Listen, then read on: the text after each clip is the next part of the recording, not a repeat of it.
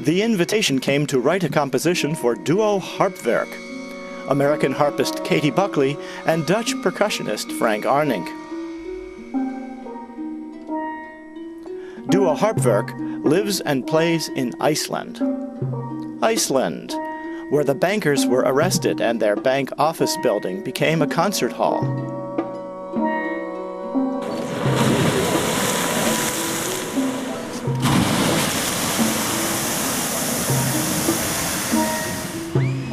Iceland, where geysers and geothermal energy heat and power the entire land.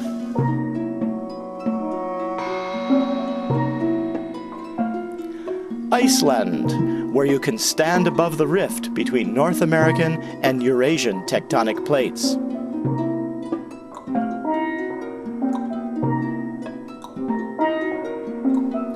Iceland, where you can visit the site of the world's oldest parliament.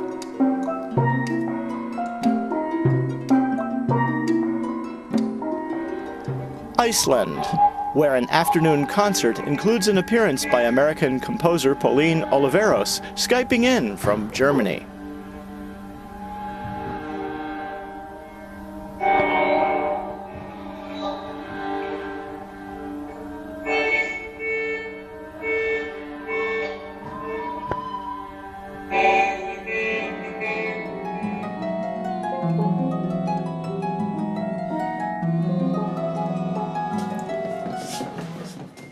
Who's practicing their whistling?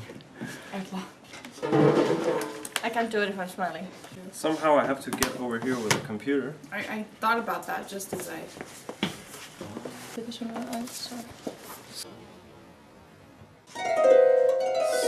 just waiting for it to boot up here. No, I don't know. He was with you, but he found you.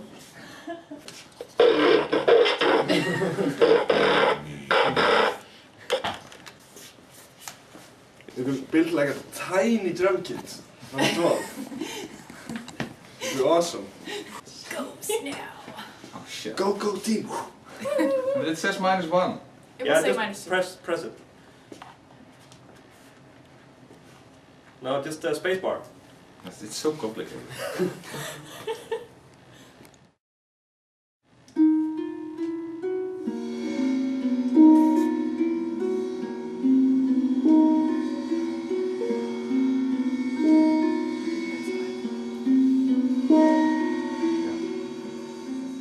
Air is a composition considering silences and dreams in open spaces, coming to an awakening.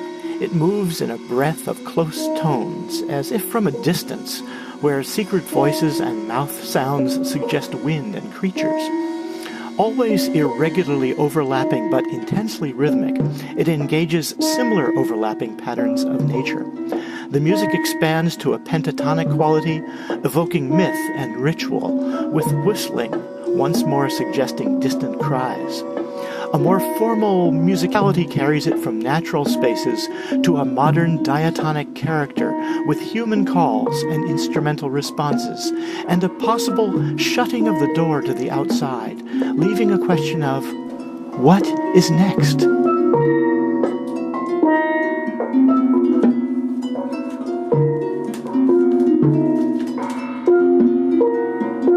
Yeah, it sounds lovely. It sounds really, really idiomatic, exactly what I had in mind. A few things, there are always a few things. You could round up your voice a little bit more. Okay. It sounds a little bit like, it kind of like doesn't have color at certain, particularly toward the beginning. Okay. Kind of giving me this kind of sound, and give me a little bit more, a little bit more roundness. Okay. It would be great if you could do that. Right. The glottal clicks, can I hear those? Yeah, his is much closer. Can you? How can you do that? Can you stick it? Yeah, annars vill jag säga kinka. Ska jag ta fram en barkakillen nu? Ja. All the way, all the way at the back of the tongue, at the throat. Dus dat lekker mjölk. Whichever you choose, please make them match. Okay. Okay. I'll practice. I'll try to get them. Ja, oké.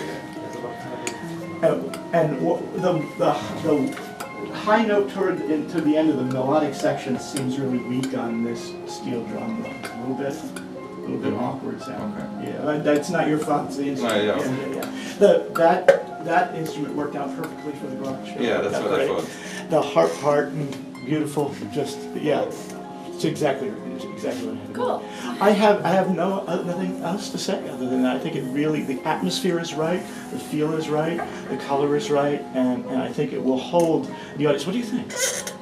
Very good. Yeah, please. Yeah, it's very good. I mean, any critique or comment about how it felt? It's just air. Okay. All right. Good. It's really. Fantastic. All right. The ending, of course, leads to work. Yeah, I don't know why. I was thinking there's 200 and it goes to 295, so I was thinking, okay, I have one more, but it goes to 294. Yeah, and it should suspend completely. It's as if you were going to continue to play. Okay. You give no sense of it being over except that you've stopped Okay. and let it hang in the air. Yeah. Hence the title. So we good? So, Frank, you use the right one. Yeah. Yeah. Yeah, we heard the click from the other headphone. Sorry about that one. So. Yeah, then we're fine. Let's start with what you had to do to make it work. Let's see. I had to take out all the octaves. Yes, and why is that? Can you demonstrate what the problem is? It's jumping. It's hard enough. It's not really idiomatic to jump octaves on this instrument, and especially two hands at the same time, because our line of sight is not of the full instrument. Like the piano, you can see everything. We can't see up here, and if we're looking up here, we can't see down here. So, and it's just very awkward to jump. And how did you work out the multiple tuplet feel? Well, I just kind of looked at it and basically, okay, my right hand is a little bit faster than my left hand, or my right hand is slowing down now. This kind of thing, because it's I think that's easier, kind of more of a feeling of a tuplet than like, okay, this note falls tiny bit after and that kind of thing. I think that's how I do all of it. So if you write, 9 against 5, it's just going to be 9-ish against 5-ish. 9-ish against 5-ish. Yeah, it's sort of like how people work. Yeah. They go in sort of at 9 o'clock and leave. Yeah. No, that's exactly what I had in mind. I mean, there's no other way to write it other than to write it specifically and then let you mold it. Yeah. I mean, 3 against 4, 4 against 5, that stuff is easy, but beyond that, there are probably players who can do it somewhere in the world, but most of us classical trained persons we have to guess. It's like... Especially if it goes on for a very long time. If it's one bar, you can figure it out. But if it goes on for a very long time and it changes, then it's like especially here, like where you have it did help a little bit to have the 16/8 and then change to 15/8. So then I know that my right hand is now going a little bit slower. Okay, so you're using the version with the time signatures in place. Just initially as a guide. I'm not using them anymore, but initially as a guide. I understand. It helped. And I changed some of the direction of things because it was too hard to like the left hand here. Originally it was written, which is very awkward, but this just all works under the hand. And so all the notes are the same, they're just different octaves. Different octaves. Yeah. And I would love to have a copy of your changes, and I'll incorporate them into the actual score. Yeah. Yeah, sure. And anything else? I think that was it. Great. It was actually... Then I didn't make it hard enough, huh? Well, there was a lot of work involved. Yes. No, perfect idea that based on what I'd heard, you guys could do this. So that's great. That's great. Yeah. And I can't whistle. So you Right. might want to ask your musicians if they can whistle before writing whistle parts. Okay. Yeah, I always thought everybody could whistle. No, we My actually just fault. played a piece in the symphony orchestra, and several people, and everybody had to whistle in the string section. Several people raised their hands and couldn't Can't do whistle. it. Interesting. So it's. Well, I not- mean, to be fair, I mean, not for the whistling part, but we had some piece where we had to sing in the first time we really like, Yeah. we're not used to singing. Yeah, yeah. And the singing part wasn't, I mean, it was a different problem in this piece, but the singing itself wouldn't be a problem now, because now we're used to it. Now you But know where remember it the is, first how time it we had to feels. sing? We were both like, Yeah, and I think, simpler singing parts. yeah, of course, yeah. We're not trained singers. No. I mean, and it wasn't intended for trained singers. No, I know. It was intended for the voice of the instrumentalist. So there would be that sense Yeah.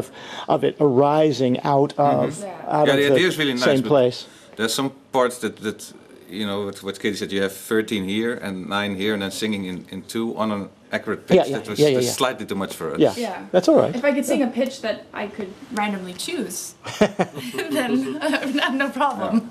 But I can't promise that it would be a nice pitch.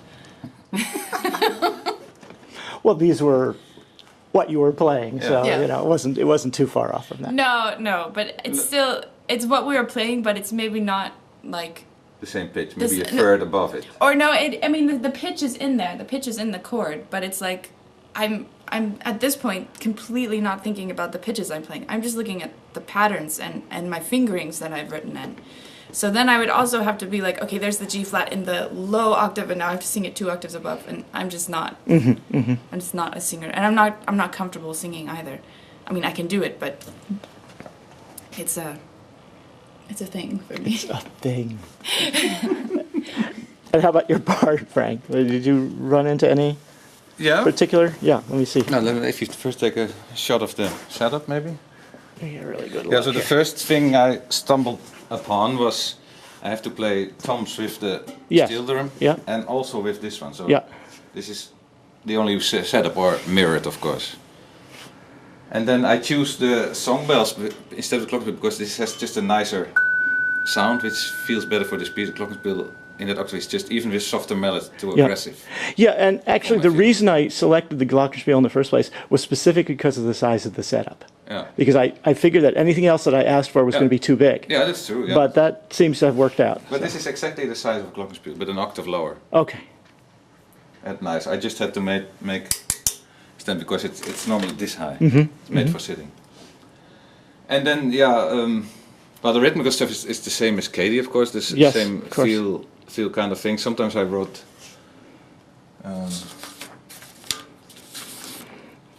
like things in, like sort of this note is sort of behind the E flat, and to have sort of a guideline more. And for instance, bowing a cymbal is normally you need 2 hands for that. So I put the cymbals fairly stiff on the stand. Because normally a cymbal would Would rock, move along, yeah. and then you can't do it. So it has a deadened sound, sort of, but it works really nice for It it. should, yeah. And then we decided I really like the idea of having with no bar meshes and stuff, but it's just a guideline to, next bar has more notes than the other bar. Of course, in the end you would feel it anyway, but to start rehearsing the piece, it's just easy to have it along. And the clock we need, because otherwise we would... Yeah, yeah. I'm in bar 30, I'm in bar 61. It's difficult to keep this pace without any... I gave you bar lines. Yeah, I know, but I mean, to know No, when you are together. I have done the worst in some cases. I have not put the bar lines in. Yeah, in this okay, case, I yeah. thought I think they would help. Yeah, they sure did. All right. And then, well, even for me, because I'm reading here and playing here, and the clock is there, so I also have an in-ear with just a click on every bar. Yeah. Just to help me that I don't have to watch constantly to the... And then we made the clock like, can I start it? Yeah. So that every bar starts here, but I asked Jesper to make it changes color halfway. Uh-huh. So even if you don't straight look at it, you still have a feeling of, oh, something is happening. We're at the half of the bar. You know what I mean? Mm-hmm. Kind of a warning. Yeah. Yeah, that's good. Just stop. Now, are the two clocks are synchronized? Yeah. Yeah. Okay. I mean, they're not. They're actually synchronized network. Yeah. Yeah. Okay. OSC Okay. Yeah. between them. So. Yeah. So one's driving the other. Okay. One's driving the other. Good. Excellent. And you know, how did you come up with the solution? Well, they wanted some kind of visual click track to it, and I thought about John Cage and this way of conducting like this. So I thought that might be a very good way of still having freedom within each bar, and not being totally locked onto to every time like. So the sweep of the hand is very yeah.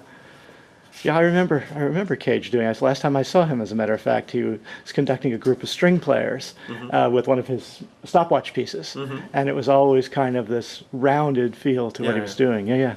So good. Not to spoil the organic feel to the rhythms. I think it was good to do it like this. Yeah. Fantastic. Anything else? Well, the only thing that's maybe not good for your students to hear, but the time you gave for the piece is way too short. Oh, it was. You said 9 minutes, I think. Yes. It is 14 or 15. Really? Yeah. Really, it was too hard to do it at that tempo. No, not even. We took it down to 20 bars a minute. Yeah. You gave like 21, 23.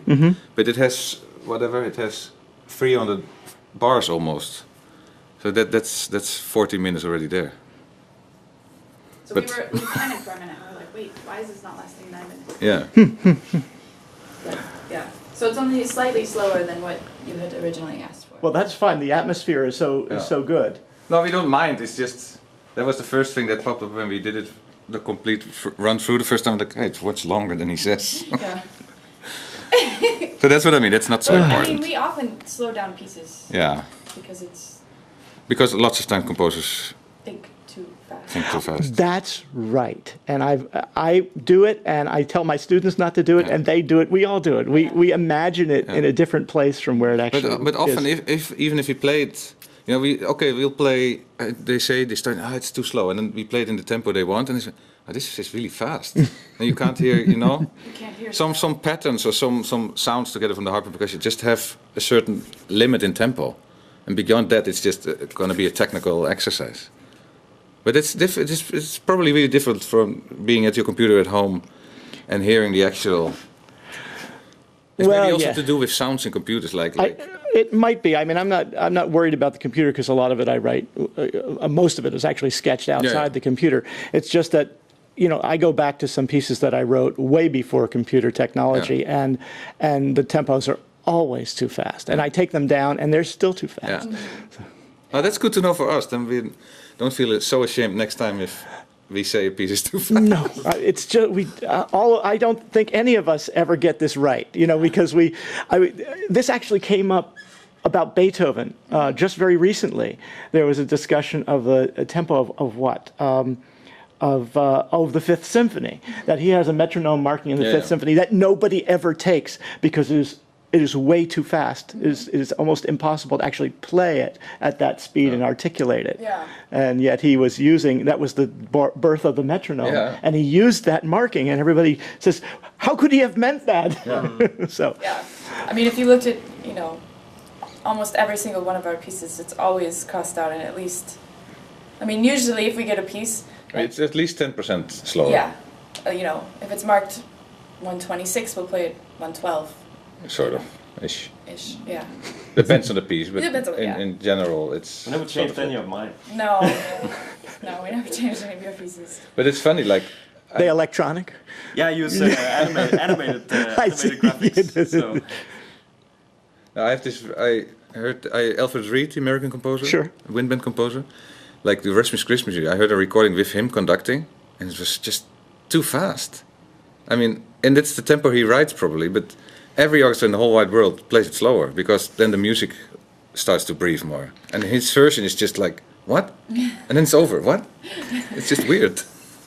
Well, here's the thing. Okay, I will admit, from a compositional point of view, I know what's going on in the piece, and I hear it even if it doesn't happen in the real world. My imagination fills in what's wrong. Yeah, okay. That's why composers make such terrible conductors, because they hear them. Okay, I see what you mean. They ride right over the missing piece or the broken piece because their mind already knows it perfectly well, and they just attribute it to a glitch somewhere.